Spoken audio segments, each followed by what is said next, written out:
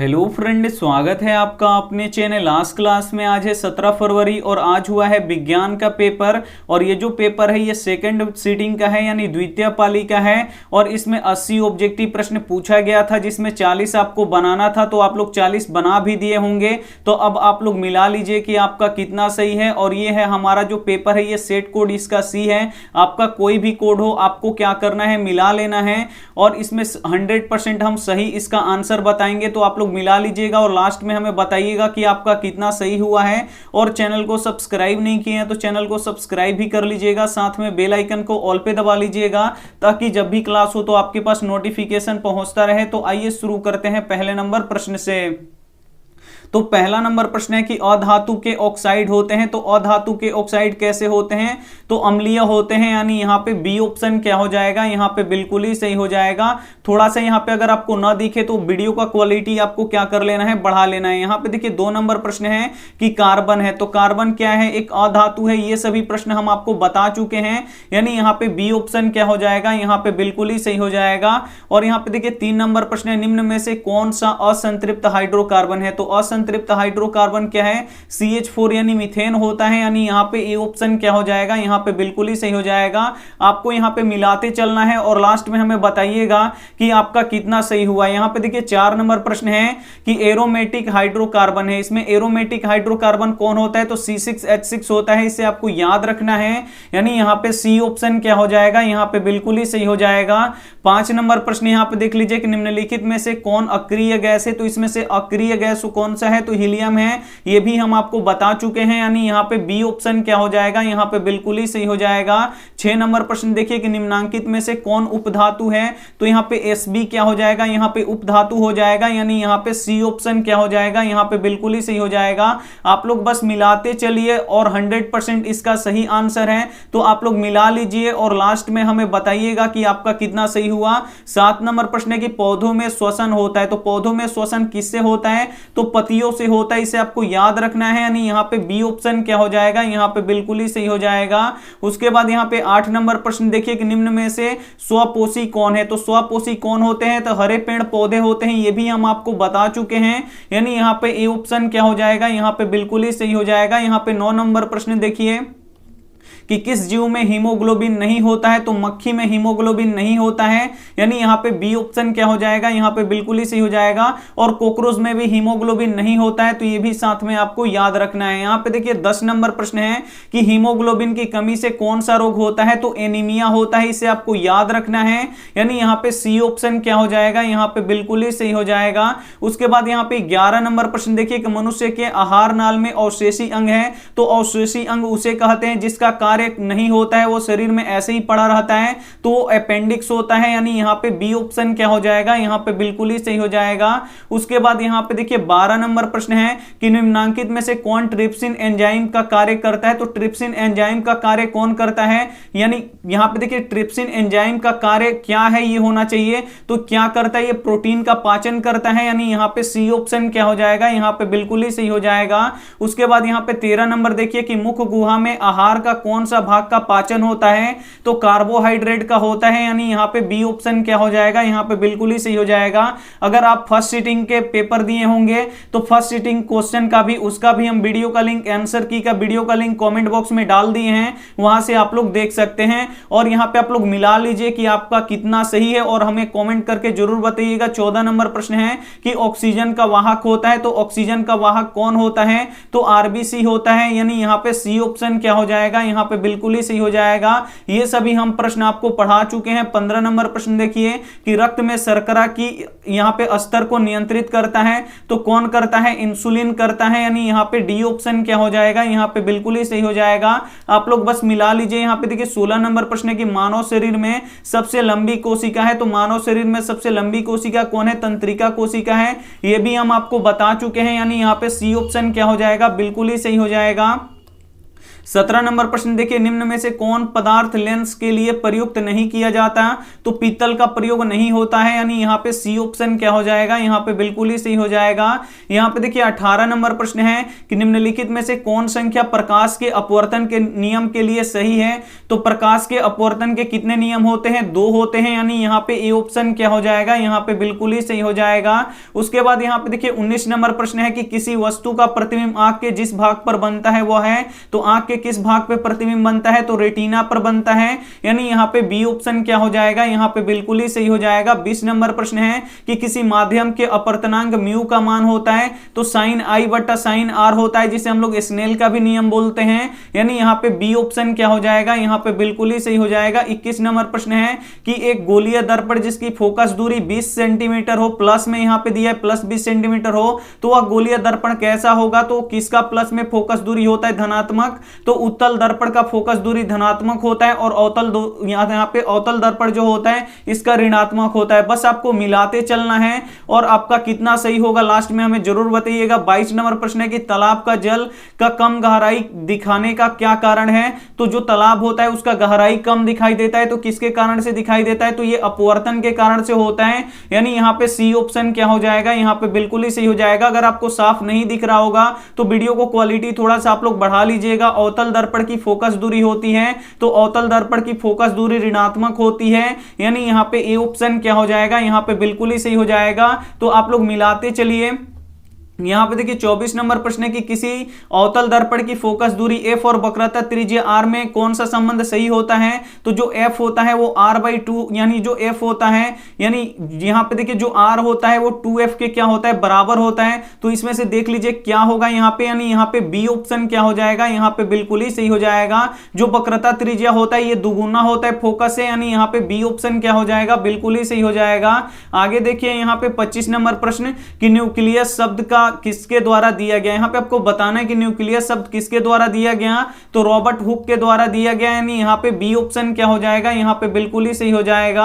उसके बाद यहाँ पे देखिए 26 नंबर प्रश्न है कि पौधों में भोजन किस रूप में जमा होता है? तो पौधों में भोजन ग्लूकोज के रूप में जमा होता है, यानी यहाँ पे ए ऑप्शन क्या हो जाएगा, यहाँ पे बिल्कुल ही सही हो जाएगा। उसके बाद यहाँ पे देखिए प्रसिद्ध पुस्तक द माइक्रोग्राफिया किसके द्वारा लिखी गई? तो ये किसके द्वारा लिखा गया, काफी महत्वपूर्ण प्रश्न है। 27 नंबर, तो ये रॉबर्ट हुक के द्वारा लिखा गया, यानी यहाँ पे डी ऑप्शन क्या हो जाएगा, यहाँ पे बिल्कुल ही सही हो जाएगा। उसके बाद यहाँ पे देखिए 28 नंबर प्रश्न है कि पौधों और पशुओं की कोशिका का वैज्ञानिक अध्ययन क्या कहलाता है? तो साइटोलॉजी यानी कोशिका विज्ञान कहलाता है, यानी यहाँ पे बी ऑप्शन क्या हो जाएगा, यहाँ पे बिल्कुल ही सही हो जाएगा। उसके बाद यहाँ पे देखिए 29 नंबर प्रश्न है कि मानव हृदय घिरा होता है, जो मानव का हृदय होता है वो किससे घिरा होता है? तो पेरोकार्डिया से घिरा होता है, पेरिकार्डिया से, यानी यहाँ पे ए ऑप्शन क्या हो जाएगा, यहाँ पे बिल्कुल ही सही हो जाएगा। उसके बाद यहाँ पे देखिए 30 नंबर प्रश्न है कि बीजांड की ओर परागकण नलिका में वृद्धि क्या कहलाता है? तो ये गुरुत्वानुवर्तन कहलाता है, इसे आपको याद रखना है, यानी यहाँ पे सी ऑप्शन क्या हो जाएगा, यहाँ पे बिल्कुल ही सही हो जाएगा। 31 नंबर प्रश्न देखिए कि मनुष्य में श्वेत रक्त कोशिकाओं का जीवन अवधि होता है, तो श्वेत रक्त कणिकाओं का जीवन अवधि कितना होता है? तो 12 से यहाँ पे देखिए 20 दिन का होता है, यानी यहाँ पे ए ऑप्शन क्या हो जाएगा, यहाँ पे बिल्कुल ही सही हो जाएगा।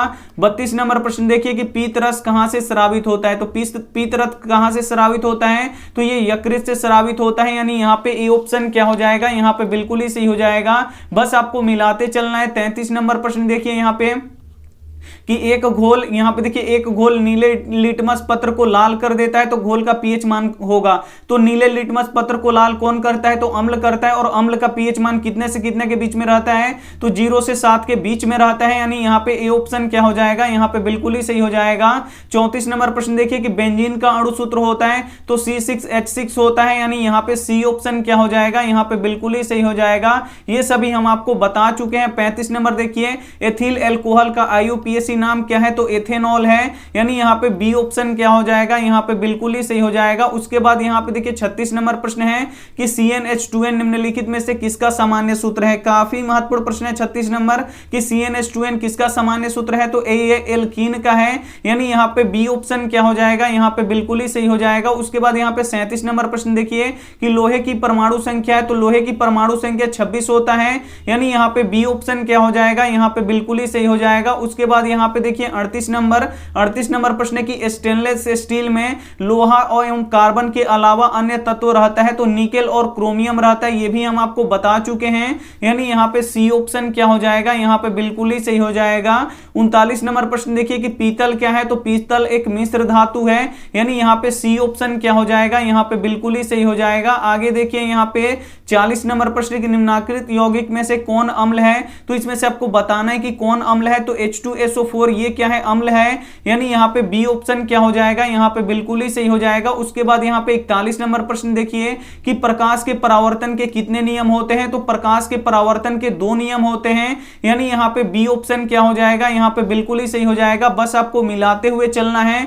यहाँ पे देखिए 42 नंबर प्रश्न है कि अवतल लेंस का आवर्धन होता है, तो अवतल लेंस हो या उत्तल लेंस हो, इसका आवर्धन क्या होता है, V/U होता है, यानी यहाँ पे डी ऑप्शन क्या हो जाएगा, यहाँ पे बिल्कुल ही सही हो जाएगा। आइए देखते हैं अगला प्रश्न 43 नंबर प्रश्न है कि दर्पण सूत्र होता है, तो दर्पण सूत्र 1/V + 1/U बराबर 1/F होता है, यानी यहाँ पे ए ऑप्शन क्या हो जाएगा, यहाँ पे बिल्कुल ही सही हो जाएगा। 44 नंबर प्रश्न देखिए कि टिंडल प्रभाव प्रदर्शित करता है, तो टिंडल प्रभाव क्या प्रदर्शित करता है, तो प्रकाश के प्रकीर्णन को ये प्रदर्शित करता है, यानी यहाँ पे डी ऑप्शन क्या हो जाएगा, यहाँ पे बिल्कुल ही सही हो जाएगा। उसके बाद यहाँ पे देखिए 45 नंबर प्रश्न है कि कौन सा लेंस हवा में अभिसारित लेंस भी कहलाता है। काफी महत्वपूर्ण प्रश्न है कि कौन सा लेंस को हम लोग अभिसारी लेंस कहते हैं, तो उत्तल लेंस को अभिसारी लेंस कहते हैं और अवतल लेंस को अपसारी लेंस कहते हैं। तो ये आप लोग यहाँ पे क्या कीजिएगा कि मिलाते हुए चलिएगा कि आपका कितना सही हुआ। यहाँ पे देखिए 46 नंबर प्रश्न है कि उत्तल दर्पण में प्रतिबिंब बनता है, तो उत्तल दर्पण में प्रतिबिंब कैसा बनता है, तो कैसा बनता है, हमेशा आभासी बनता है, यानी यहाँ पे बी ऑप्शन क्या हो जाएगा, यहाँ पे बिल्कुल ही सही हो जाएगा। उसके बाद यहां पे देखिए 47 नंबर प्रश्न कि प्रकाशीय माध्यम में कितने प्रकार के होते हैं। यहां पे देखिए प्रकाशीय माध्यम कितने प्रकार के होते हैं, तो दो प्रकार के होते हैं, यानी यहां पे बी ऑप्शन क्या हो जाएगा, यहां पे बिल्कुल ही सही हो जाएगा। उसके बाद यहां पे 48 नंबर प्रश्न देखिए कि डायनेमो परिवर्तित करता है, तो डायनेमो क्या करता है, यांत्रिक ऊर्जा को विद्युत ऊर्जा में बदलता है, यानी यहां पे बी ऑप्शन क्या हो जाएगा, यहां पे बिल्कुल ही सही हो जाएगा। कहीं कहीं पे अगर आपको दिखाई ना दे तो आप लोगों को क्वालिटी का क्या करना है, वीडियो का बढ़ा लेना है। उसके बाद यहाँ पे देखिए 49 नंबर प्रश्न है कि इलेक्ट्रॉन पे आवेश होता है, तो इलेक्ट्रॉन पे कितना आवेश होता है, तो 1.6 × 10⁻19 कूलम आवेश होता है, यानी यहाँ पे सी ऑप्शन क्या हो जाएगा, यहाँ पे बिल्कुल ही सही हो जाएगा। आपको बस मिलाते हुए चलना है। यहाँ पे देखिए 50 नंबर प्रश्न है कि खिलौने में यहाँ पे किस सेल का उपयोग होता है, तो जो खिलौना होता है उसमें किस सेल का उपयोग होता है, तो सूखा सेल का उपयोग होता है, यानी यहाँ पे ए ऑप्शन क्या हो जाएगा, यहाँ पे बिल्कुल ही सही हो जाएगा। उसके बाद यहाँ पे देखिए 51 नंबर प्रश्न है कि यहाँ पे देखिए कार्य करने की क्षमता को क्या कहते हैं, तो कार्य करने की क्षमता को ऊर्जा कहते हैं, यानी यहाँ पे सी ऑप्शन क्या हो जाएगा, यहाँ पे बिल्कुल ही सही हो जाएगा। उसके बाद यहाँ पे देखिए 52 नंबर प्रश्न निम्न में से कौन विस्थापन अभिक्रिया का उदाहरण है, तो विस्थापन अभिक्रिया का उदाहरण इसमें से कौन है, तो FeCu4, और यहाँ पे ये सी वाला ऑप्शन क्या है, ये विस्थापन अभिक्रिया का उदाहरण है, यानी यहाँ पे सी ऑप्शन क्या हो जाएगा, यहाँ पे बिल्कुल ही सही हो जाएगा।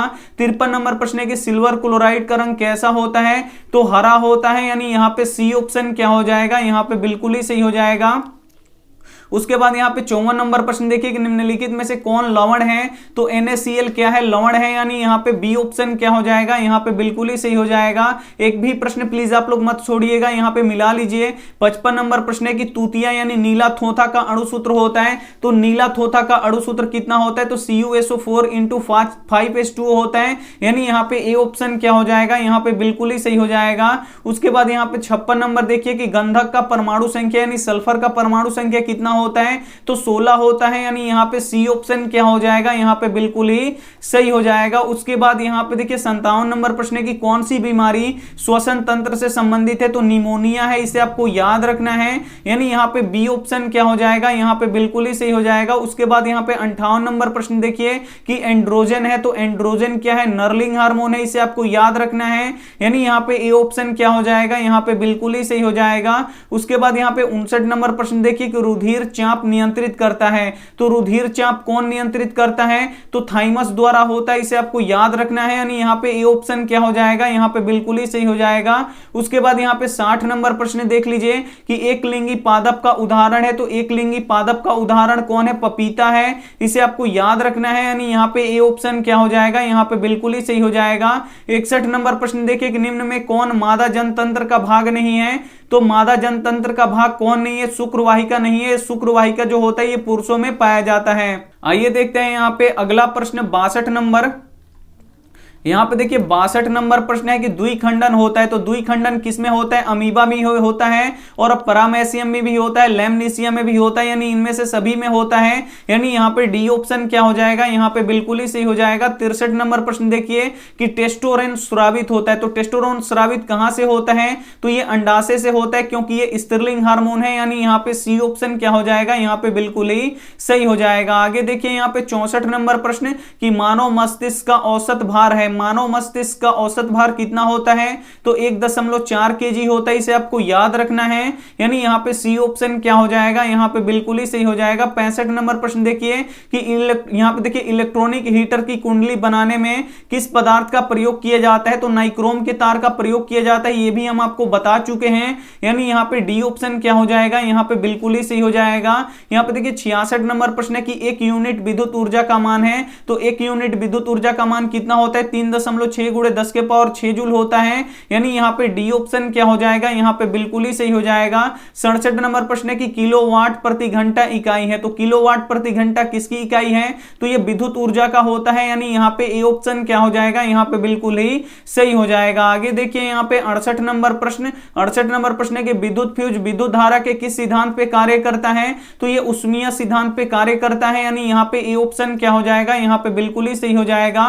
उसके बाद यहाँ पे देखिए 69 नंबर प्रश्न है कि वोल्ट मीटर को विद्युत परिपथ में किस क्रम में जोड़ा जाता है? तो समानांतर क्रम में जोड़ा जाता है, यानी यहाँ पे बी ऑप्शन क्या हो जाएगा, यहाँ पे बिल्कुल ही सही हो जाएगा। उसके बाद यहाँ पे देखिए 70 नंबर प्रश्न है कि विद्युत परिपथ में दो बिंदुओं के बीच विभवांतर मापने की प्रयुक्त होता है, किसका प्रयोग होता है? तो वोल्ट मीटर का प्रयोग होता है, यानी यहाँ पे बी ऑप्शन क्या हो जाएगा, यहाँ पे बिल्कुल ही सही हो जाएगा। उसके बाद यहाँ पे देखिए 71 नंबर प्रश्न है कि जल विद्युत संयंत्र किस ऊर्जा को विद्युत ऊर्जा में यहाँ पे रूपांतरित करता है? तो स्थितिज ऊर्जा को ये विद्युत ऊर्जा में रूपांतरित करता है, यानी यहाँ पे डी ऑप्शन क्या हो जाएगा, यहाँ पे बिल्कुल ही सही हो जाएगा। उसके बाद यहाँ पे 72 नंबर प्रश्न देखिए कि विद्युत बल्ब में कौन सी गैस भरी जाती है? तो विद्युत बल्ब में निष्क्रिय गैस भरी जाती है, यानी यहाँ पे सी ऑप्शन क्या हो जाएगा, यहाँ पे बिल्कुल ही सही हो जाएगा। और यहाँ पे 73 नंबर प्रश्न देखिए कि निम्नांकित में से कौन प्राकृतिक सूचक है? तो प्राकृतिक सूचक कौन है? हल्दी है, यानी यहाँ पे ए ऑप्शन क्या हो जाएगा, यहाँ पे बिल्कुल ही सही हो जाएगा। उसके बाद यहाँ पे देखिए 74 नंबर प्रश्न है कि OH अभिक्रियाशील मूलक वाले यौगिक का नाम क्या है? तो एल्कोहल है, यानी यहाँ पे बी ऑप्शन क्या हो जाएगा, यहाँ पे बिल्कुल ही सही हो जाएगा। उसके बाद यहाँ पे देखिए 75 नंबर प्रश्न है कि कैल्शियम कार्बाइड जल के साथ अभिक्रिया करके देता है, तो कैल्शियम कार्बाइड जल के साथ अभिक्रिया करके क्या देता है? तो मीथेन गैस देता है, इसे आपको याद रखना है। तो यहाँ पे मीथेन नहीं दिया है, तो इसमें हमें कंफ्यूजन लग रहा है, तो जो आपका ऑप्शन हो वो आप हमें कमेंट करके बताइएगा। उसके बाद यहाँ पे देखिए 76 नंबर प्रश्न है कि ऑक्सीजन के एक अणु में, यहाँ पे देखिए ओजोन के एक अणु में ऑक्सीजन के कितने परमाणु होते हैं? तो ये हम आपको कई बार बताए हैं, 3 होता है, यानी यहाँ पे सी ऑप्शन क्या हो जाएगा, यहाँ पे बिल्कुल ही सही हो जाएगा। उसके बाद यहाँ पे देखिए 77 नंबर प्रश्न है कि कमरे के ताप पर द्रव अवस्था में रहने वाला धातु है, तो कमरे के ताप पर द्रव अवस्था में कौन रहता है? पारा रहता है, यानी यहाँ पे ए ऑप्शन क्या हो जाएगा, यहाँ पे बिल्कुल ही सही हो जाएगा। उसके बाद यहाँ पे देखिए 78 नंबर प्रश्न है कि सरलतम हाइड्रोकार्बन है, तो सरलतम हाइड्रोकार्बन कौन होता है? मीथेन होता है, यानी यहाँ पे ए ऑप्शन क्या हो जाएगा, यहाँ पे बिल्कुल ही सही हो जाएगा। उसके बाद यहाँ पे देखिए 79 नंबर यहाँ पे प्रश्न देखिए कि निम्नांकित में से कौन क्षारीय ऑक्साइड है? तो इसमें से आपको बताना है कि कौन यहाँ पे क्षारीय ऑक्साइड है। तो यहाँ पे देखिए यहाँ पे सी ऑप्शन क्या हो जाएगा, यहाँ पे बिल्कुल ही सही हो जाएगा। यहाँ पे देखिए 80 नंबर प्रश्न है, यहाँ पे देखिए 80 नंबर प्रश्न है कि बेकिंग पाउडर का एक मिश्रण है, तो ये NaHCO3 एवं टार्ट्रिक अम्ल का ये क्या होता है? मिश्रण होता है, यानी यहाँ पे डी ऑप्शन क्या हो जाएगा, यहाँ पे बिल्कुल ही सही हो जाएगा। तो ये 80 प्रश्न था, अब इसमें से आपको 40 बनाना था, तो आपका 40 तो आराम से बन गया होगा। तो अब हमें कॉमेंट करके बताइए कि आपका 40 सही हुआ या नहीं हुआ। और जो हम 500 ऑब्जेक्टिव प्रश्न दिए थे उसी में से ये सब प्रश्न आया है, 2-4 को छोड़ जोड़ के। तो ये वीडियो आपको अच्छा लगा हो तो वीडियो को आप लोग जरूर लाइक कीजिएगा। अगर आपको फर्स्ट सीटिंग का देखना है तो कमेंट बॉक्स में लिंक है, वहां से आप लोग देख सकते हैं। और चैनल को सब्सक्राइब नहीं किए हैं तो चैनल को सब्सक्राइब भी कर लीजिएगा, साथ में बेल आइकन को ऑल पे दबा लीजिएगा ताकि जब भी क्लास हो तो आपके पास नोटिफिकेशन पहुंचता रहे। Thank you for watching. मिलते हैं अगले वीडियो में, तब तक अपना ध्यान रखिए, मन लगा के पढ़ाई कीजिए। Take care and bye.